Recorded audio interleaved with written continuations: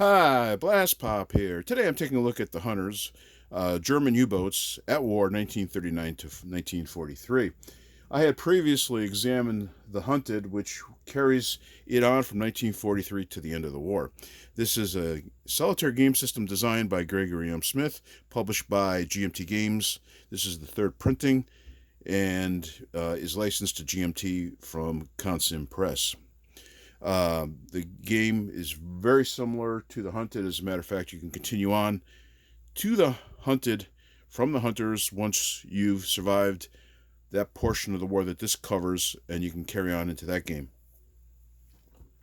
Comes in a standard box. It's a nice hard quality box that will survive a few battles. Also included are a bag of dice, a 20, and 4 sixes, actually 3 sixes, 2 tens, and a 20-sided die. Also included are notable or notorious U-boat commanders from the German Kriegsmarine in World War II.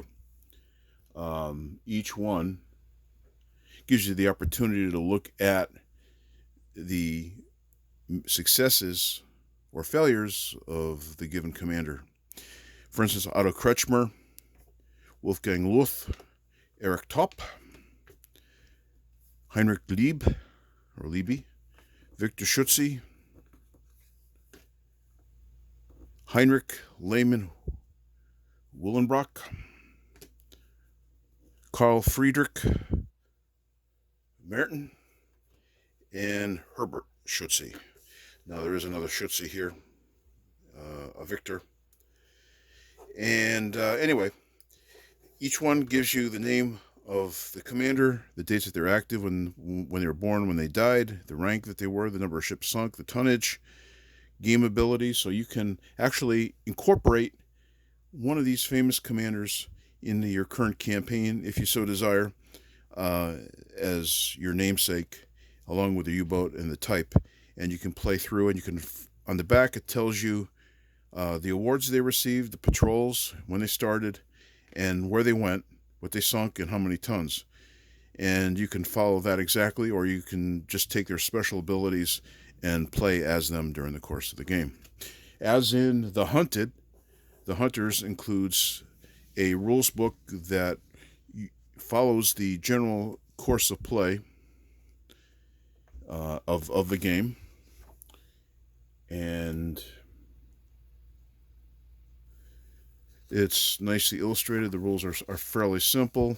The actual format follows the order in which you would normally encounter a given situation in your gameplay. So, for instance, when you start off the game, you have to name your U-boat, your commander, find out, choose when to start, what U-boat type that's available at that time you can start with, and then you'll go from there, and you'll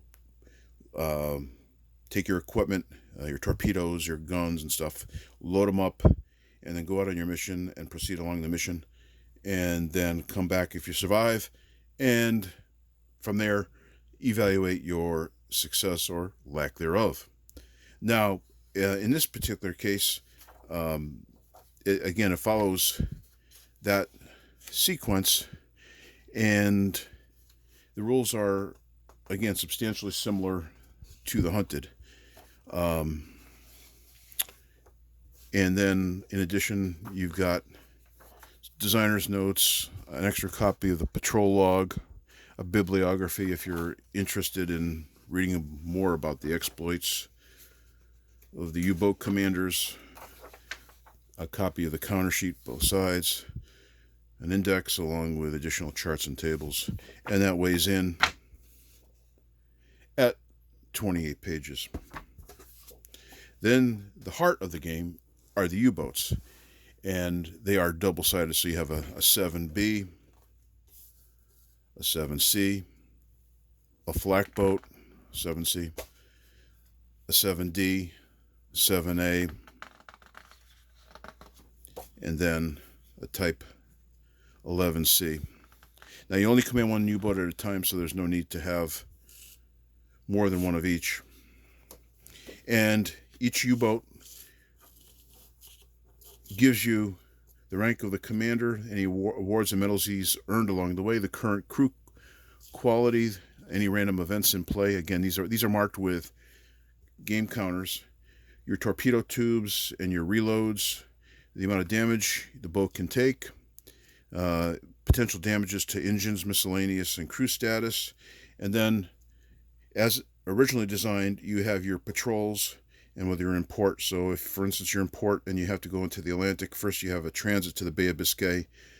You transit, and each step along the way, you roll for encounters and possible enemy ships to either sink or potentially evade if it's too dangerous. And then you go back to port, see what your results are, and then you go on further patrols until you either survive the war or you're sunk during the course of your campaign.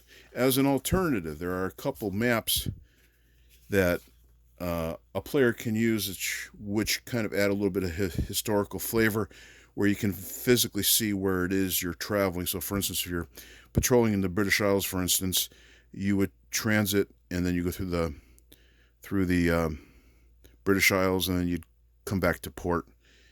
It's a more of a visual way of playing.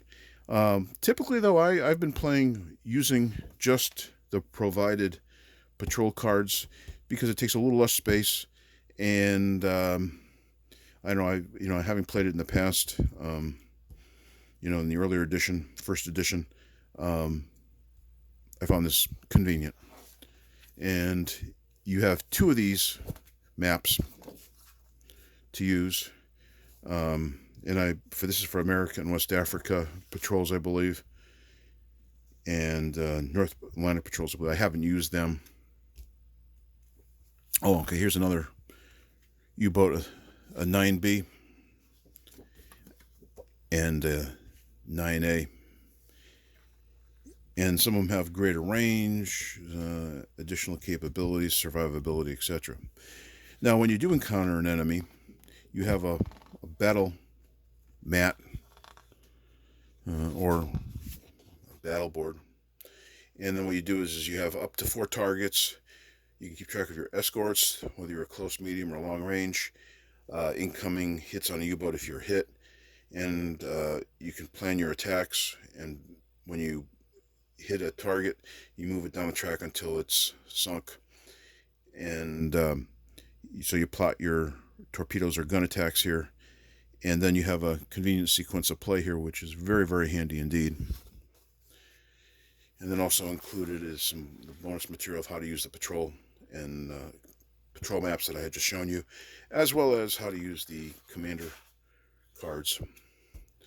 The game is a series of random events, in essence, depending on where you go. So, for instance, in an encounter in the North Atlantic, or say British Isles as an example, it will tell you here what you encounter. And then based on that information, if you're running into a ship and an escort, a ship, a convoy, etc., aircraft, and then you'll, in each zone, you'll roll on this table until you go back home. And you attempt to sink successfully the enemy ships without losing your own U-boat. And you have your U-boat assignments depending on the time of the war that you're in. Aircraft encounters, flak attacks against those aircraft. Further to that, you have your gunfire table and torpedo table, along with DUD is the DUD chart, which, as the war goes on, you will find that the torpedoes get better and have less opportunity to become a dud, potentially increasing your chance of success. But the enemy does get better as well, and their attacks become more effective, and they can potentially sink you a little easier. You have your escort detection, so if they find you, what happens to you, the escort attack chart, U-boat damage, you roll 2d6, and the first one is a 10, and the second one is a singles, and then you roll on it. For each hit you are receiving, and it tells you what happens. And there's a table right here which gives you the effects of those damages, like crew injury, flooding, and so on and so forth. You have targets, and then you have a list here of small and large freighters, and these were historically ships that were sunk by the U-boats during World War II. Additionally, you have a tanker roster, a North American roster. You have an optional small and large roster to give you additional ship names and types. And then you have your random events table. So it's all event driven with the dice. You also receive a pad of log sheets for your campaigns. And I've been playing this on Tabletop Simulator on my computer for a variety of reasons, because I can play it at lunch, at work, and so on and so forth. But included is a sheet of counters for both targets, your torpedoes, your damages, your special abilities, and events that occur during the course of the game. This is a somewhat thicker counter sheet stock, and the same size stock is also shared by the submarine commander cards as well.